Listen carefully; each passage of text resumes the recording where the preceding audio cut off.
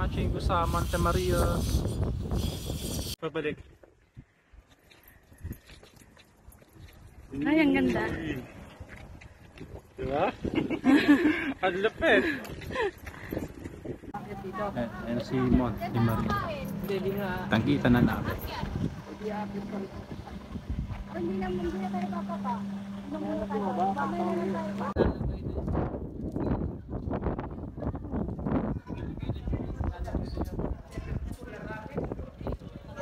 Ito naman tayo sa loob ng simbahan mga chingo. At actually, may iisip mo na nasa paanan ka lang ng Monte Maria. Pwede ka din magpicture, pwede ka rin magdasal dito kung gusto mo. At alam nyo ba mga chingo, tinatawag din nila itong The Tower of Peace. Kaya pwede kang umupo dito at mag-relax para makalimutan mo muna yung mga problema mo mga chingo. Kaya, halina't bisitahin itong Monte Maria dito sa Batangas mga chingo. Let's go! Ayan, at nangunguna sa pila itong si May. Magbabayad kasi tayo ng ticket para makaakyat tayo sa 17th floor o doon sa part na kamay ng Monte Maria. Di magiging sulit yung pagpunta nyo dito mga chingo, lalo na kung malayo pa yung binahin nyo, kung hindi nyo masusubukang makarating sa 17th floor. Okay, papasok na tayo. Welcome to Monte Maria, the Mother of Malaysia, Tower of Peace. This is the 9th tallest statue in the whole world and the tallest among the Virgin Mary statue. No? It has a height of 98.15 meters o 322 feet. Mula dito hanggang itaas, kung lalakarin natin sa hagdanan, 429 steps hanggang Corona. No? It has 21 big floors, but it is equivalent to a 33-story building. Ang significance noon ay yung 33 taon na ibinuhay ng ating Panginoong Jesucristo sa lupa.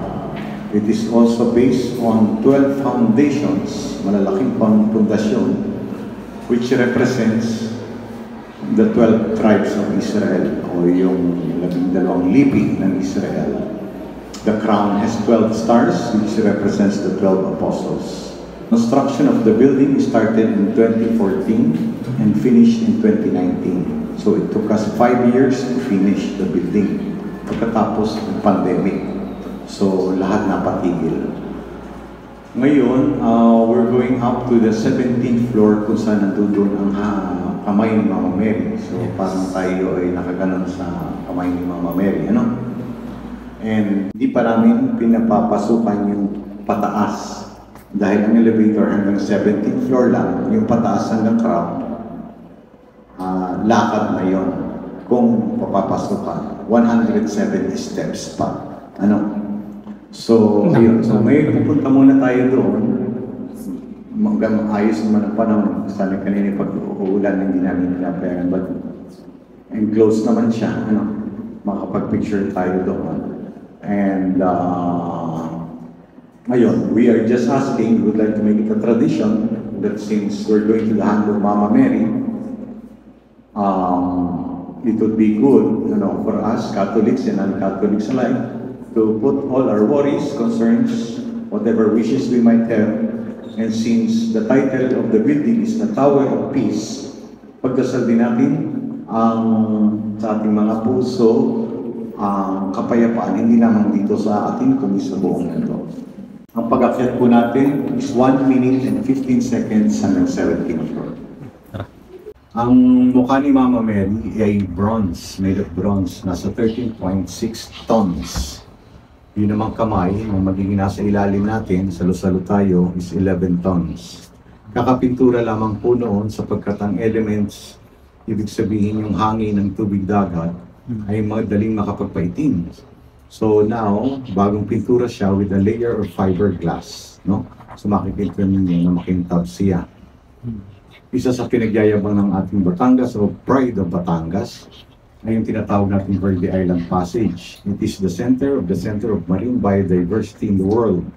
It is a UNESCO World Heritage Site, meaning to say it has the most number of species of shore fishes, mga turtles, other marine species na dito lamang matatagpuan sa ating Verde Island Passage. yung dinadaanan ng barko. Naka-face siya sa south, sa mga countries ng Brunei, Papua New Guinea, Indonesia. Nakatalikod tayo sa China. Ayun. So, welcome to the hand of Mama Mary. Nandito na tayo sa kamay ni Mama Mary. Okay, on the right side, makikita natin ang isla ng, what do you call it? Yan ay part ng Batangas, Mabini, Municipality of Mabini, Batangas. Yun naman pong isla na katabi, naka-isolate, is the municipality of ang island of Tingloy o Manicaban Island. Itong ating tinutumpok sa harap, ang island of Mindoro.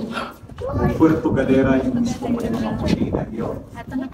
Ito namang nasa kaliwa natin, itong island na mukhang Chicken Joy. Yan yung Isla Verde. Isla Verde. At beyond that ay Marinduque naman, no? Mama Mary. Are, Tingloy, aring nag-iisang are. Makikita ninyo yung Santo Niño Chapel. Yan pong Santo Niño Chapel is a replica of the Holy Infant Jesus in Czechoslovakia and Prague. Kaya ang tawag natin dyan is Santo Niño de Praga. May isang mag-asawang mayaman na nag-donate niya yan. Nung nagagamot pa dito si Father Suarez. Doon sa dulo nagagamot si Father Suarez dun sa tinatawag natin La Pieta, yung may krus dun sa dulo na iyon. Marami pong development dyan, yung ginagawa dyan sa harap na yan. That is the biggest water park in the Philippines.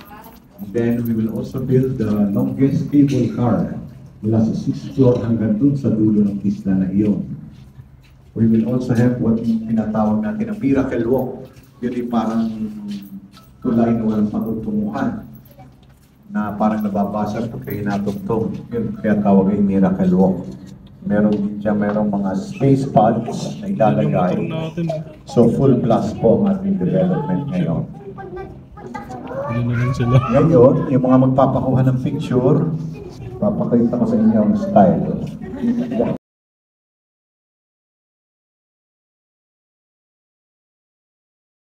Dito na tayo sa fourth floor.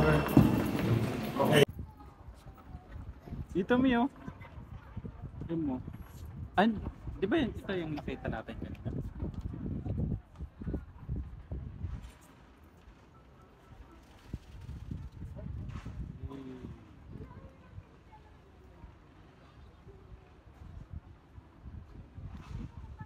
Yung tatlong na yun, di ba?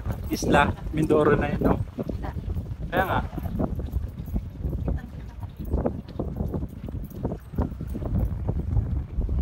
So, pag natawid daw tong tatlong na yan, isla na yan.